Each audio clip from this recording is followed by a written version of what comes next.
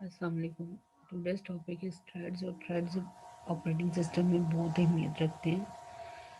Thread में हमारे पास किस हवाले से ये जो है इम्पोर्टेंट है, जो सीपीयू स्केजुलिंग में जिस तरह हम लोगों ने पढ़ा कि जो क्यूज जो हैं और कॉन्टेक्स्ट स्विचिंग ये हमें हेल्प आउट करती है। इसी तरह से थ्रेड्स जो है ना वो सीपीयू का सबसे बेसिक यूनिट है, ठीक है, सीपीयू की यूटिलाइजेशन का। और ये लाइट वेट प्रोसेस होता है, ठीक है। सीक्वेंस ऑफ इंस्ट्रक्शन जो होती है ना एक प्रोसेस के अंदर, ठीक, वो थ्रेड के ज़रिए डिफाइन की जाती हैं। A thread behave like a process within a process but it does not have its own PCB. सबसे इम्पोर्टेंट डिफरेंट ये डिफरेंस है इसके कि आपसे पूछा जाए सबसे पहले प्रोग्राम और प्रोसेस में क्या डिफरेंस होता है, ठीक है, तो उसका आंसर क्या है? उसका आंसर ये है कि जो प्रोग्राम है वो आपका लिखा हुआ कोड है, वो कोई रिसोर्स यूटिलाइज नहीं करता। लेकिन जैसे ही वो एग्जीक्यूशन फेज में आता है, यानी कि उस प्रोग्राम को आप किसी प्रोग्रामिंग लैंग्वेज में किसी कंपाइलर पे डाल के रन करते हैं, तो वो क्या करता है, वो सिस्टम के रिसोर्सेज को यूटिलाइज करना शुरू कर देता है, ठीक है। तो वही प्रोग्राम जब एग्जीक्यूशन फेज में चला जाता है तो वो प्रोसेस बन जाता है। अब ये जो प्रोसेस है, ठीक है, प्रोसेस जो होता है ये इंस्ट्रक्शंस, सेट ऑफ इंस्ट्रक्शंस होती है, ठीक है। प्रोग्राम आपका क्या होता है? Set of instruction. Process execution phase है उसका। अब ये जो सेट ऑफ इंस्ट्रक्शंस होती हैं थ्रेड्स के जरिए डिफाइन की जाती हैं, ठीक है। तो थ्रेड्स का मतलब ये होता है process within a process. लेकिन थ्रेड और प्रोसेस का मेन डिफरेंस ये है कि process always contain occupy it's own PCB, जिसके अंदर इसकी सारी डिटेल होती है, लेकिन थ्रेड के पास उसका अपना पीसीबी नहीं होता, ठीक है। नॉर्मली मल्टीपल थ्रेड्स जो होते हैं उन्हें क्रिएट किया जाता है एक प्रोसेस के अंदर। The multiple threads in a process allow multiple executions. It can be use to improve application through parallelism. Parallelism का मतलब, पैरेलल प्रोसेसिंग का मतलब ये होता है कि आप अपने कोड को, जो सेट ऑफ इंस्ट्रक्शन है उसको प्रोसेस पे at a time simultaneously run करवा देते हैं। Thread consist of the following. Thread के अंदर जो इन्फॉर्मेशन हमें चाहिए होती है, यानी कि it's a process within a process, तो जाहिर बात है इसको आप लोगों ने इसका कोई ना कोई तो जो है वो ट्रैक सेट करना होगा ना, तो उसके लिए थ्रेड आईटी, ताकि इसको आप जो है फॉलो कर सकें। प्रोग्राम काउंटर, रजिस्टर सेट और स्टैक, ये चीज़ें होती हैं। A thread shares the following with its peer thread in a particular task: code selection, data selection, any operating system resources which are available to the task, ठीक है। यानी कि peer जो threads होते हैं, peer threads का मतलब है कि जो उसके साथ अटैच, मतलब आपको भी बताया था कि एक प्रोसेस के अंदर मल्टीपल थ्रेड्स होते हैं, ठीक है। तो वो आपस में फिर क्या कोड सेक्शन को भी शेयर कर सकते हैं, डाटा सेक्शन को भी, और एनी ऑपरेटिंग रिसोर्स जो हम उसको करते हैं। उसके बाद बेनिफिट्स ऑफ थ्रेड्स। थ्रेड्स के बेनिफिट्स क्या है? थ्रेड्स जो होते हैं वो शेयर करते हैं कॉमन डाटा को, ठीक है, तो इनको इंटर प्रोसेस कम्युनिकेशन की ज़रूरत नहीं होती। थ्रेड एडवांटेज लेते हैं मल्टी प्रोसेसर्स का, ठीक है। There is a high throughput when multiple threads operate in a single job. The whole process does not stop if one thread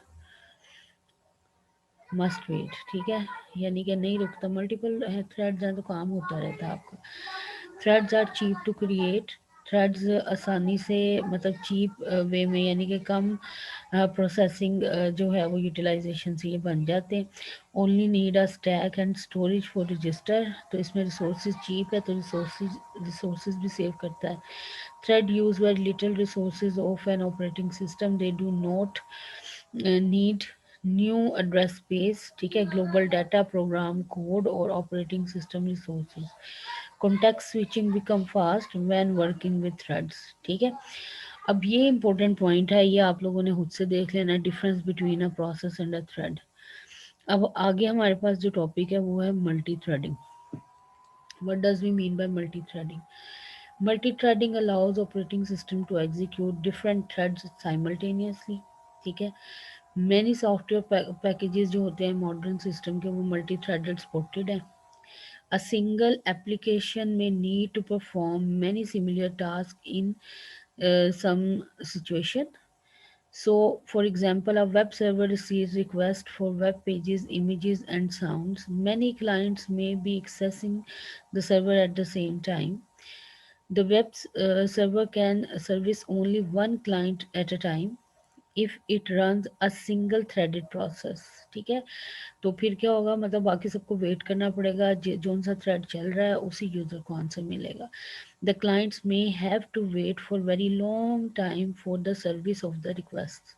Solution to this problem is that server should run a process to accept requests, and the server then creates a separate process to service that request. This method was used before the popularity of threads. ठीक है, जब threads introduce नहीं हुए थे. However, the process creation is very time consuming. It is more efficient to use one process with multiple threads. एक process आप main define कर लें, उसके multiple threads बना लें और at a time multiple users को आप response करें. उसके बाद threads are also very important in remote procedure call.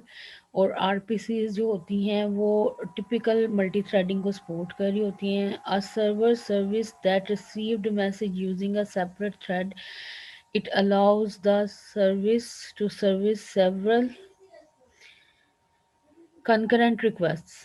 ठीक है, ये सारा ऊपर जो प्रॉब्लम उन्होंने डिस्कस किया उसका सोल्यूशन डिस्कस कर रहे हैं कि थ्रेडिंग के साथ ये प्रॉब्लम कैसे ओवरकम की जाती है. And many operating system kernels are task such as a managing devices और हैंडलिंग इंटरप्ट्स, ये तमाम काम भी किए जाते हैं मल्टी टाइम से. फॉर एग्जांपल, आपके पास Solaris creates a set of threads in the kernel for handling interrupts. ठीक है, तो आपको पता है कि एक सेकंड पे या एक नैनो सेकंड पे मल्टीपल थ्रेड्स जो हैं वो इन्वॉक हो सकते हैं, तो फिर उनको भी तो हैंडल करना है, तो उनके लिए फिर थ्रेड जो है वो बनाया जाता है. मल्टी थ्रेडिंग को इस्तेमाल करके प्रॉब्लम को सॉल्व किया जाता है. एडवांटेजेस क्या है मल्टी थ्रेडिंग के? सबसे पहला एडवांटेज, अभी वेब सर्विस वाली एग्जाम्पल से ही आप देख लें कि ये रिस्पॉन्सिव होता है, डाउन नहीं होने देता, रिसोर्स को शेयर करता है, इकोनॉमिकल है. इकोनॉमिकल किस हिसाब से? अभी आपने ऊपर देखा था कि थ्रेड को बनाना चीप है, रिसोर्सेज कम इस्तेमाल करता है, इसे अलग से कोई चीज़ें नहीं चाहिए होती. Utilisation of multiprocessor architecture यानी कि ऐसे सर्किट्स जिनके अंदर आपके एक से ज़्यादा प्रोसेसर लगे हो उनके लिए सपोर्टेड होता है मल्टी थ्रेडिंग, और पैरेलल प्रोसेसिंग के कॉन्सेप्ट को स्ट्रॉन्ग करता है. अच्छा, यहाँ पे ये सिंगल थ्रेड है, ठीक है, ये मल्टीपल थ्रेड है. सिंगल थ्रेड में देखिए आपकी फाइल स्टैक ये वो, ये सिंगल मतलब एक इंस्ट्रक्शन को एट अ टाइम, और यहाँ पे code register stack, data register stack और फाइल्स. ठीक है, तो मल्टी थ्रेड है तो ये फिर सब आपस में रिसोर्सेज शेयर कर सकते हैं, और पैरेलल प्रोसेसिंग के साथ आपकी प्रोसेसिंग स्पीड बढ़ जाएगी और सिस्टम मोर रिस्पॉन्सिव रहेगा. ठीक है, तो इस तरह से सिंगल थ्रेड और मल्टी थ्रेड जो है वो काम करते हैं. डायग्रामेटिकली आपको दिखाया हुआ है, तो हम लोगों के लिए जो लेटेस्टली है वो मल्टी थ्रेडिंग ही इस्तेमाल होता है. इसके बाद नेक्स्ट जो है वो हमारे पास है टाइप्स ऑफ थ्रेड्स. अब इसमें कर्नल के अंदर जो है वो थ्रेडिंग की जाती है और यूज़र लेवल थ्रेडिंग की जाती है. दो ही आपके पास मेन पोर्शन होते हैं. एक आपका होता है कि यूज़र को कैसे डील किया जाएगा, दूसरा ये होता है कि अंदर हार्डवेयर जो आपका लगा हुआ है सिस्टम उसको कैसे डील किया जाएगा. अब जो कर्नल लेवल है इसके अंदर आप लोगों के जो ऑपरेटिंग सिस्टम है, आपको पता है कि कर्नल ऑपरेटिंग सिस्टम की स्केजुलिंग में आपको हेल्प आउट करता है. ठीक है, तो कर्नल लेवल थ्रेड्स जो होते हैं इसका मतलब है ये वो थ्रेड्स हैं जो मल्टीपल टास्क और मल्टीपल सर्विस जो होती है ना, ठीक है, उनको उनको फैसिलिटेट करते हैं by using multi multiple task और मल्टीपल जो है वो सिस्टम कॉल्स. ठीक है, साइमल्टेनियसली. एडवांटेजेस इसके क्या होते हैं कि कर्नल को सारा पता होता है और एप्लीकेशन जो कि ब्लॉक्ड हो जाती है फ्रिक्वेंटली. ठीक है, उसके लिए गुड है. डिसएडवांटेजेस इसके क्या हैं कि ये स्लो होते हैं, इनएफिशिएंट होते हैं, और जो है ना थ्रेड कंट्रोल ब्लॉक. ठीक है, ये रिक्वायर होता है कर्नल थ्रेड्स को चलने के लिए ताकि हमें इंफॉर्मेशन हो इनके बारे में.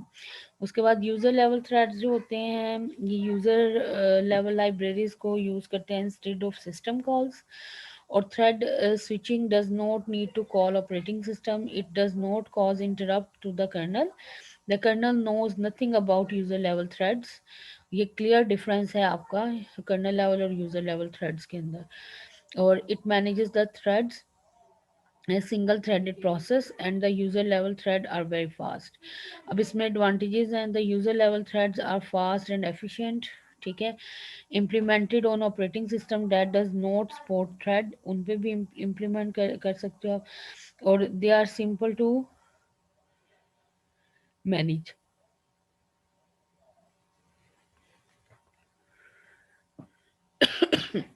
उसके बाद डिसएडवांटेजेस हैं, यहाँ पे है कि there is a lack of coordination between thread and और ऑपरेटिंग सिस्टम, ठीक है kernel. The process get single time slice जबकि लार्ज नंबर ऑफ थ्रेड्स होते हैं। और मल्टी थ्रेडेड एप्लीकेशन जो है with pure user level threads cannot be advantage of multiprocessing and the kernel assign only one process to a process at a time। मतलब आप पीछे से सेटिंग करते भी जाएं लेकिन आगे से वो फिर कर्नल जो है वो एक इंस्ट्रक्शन को एट अ टाइम डील करता है, तो इस वजह से यूजर लेवल में ये एज अ डिसएडवांटेज कंसीडर किया जाता है।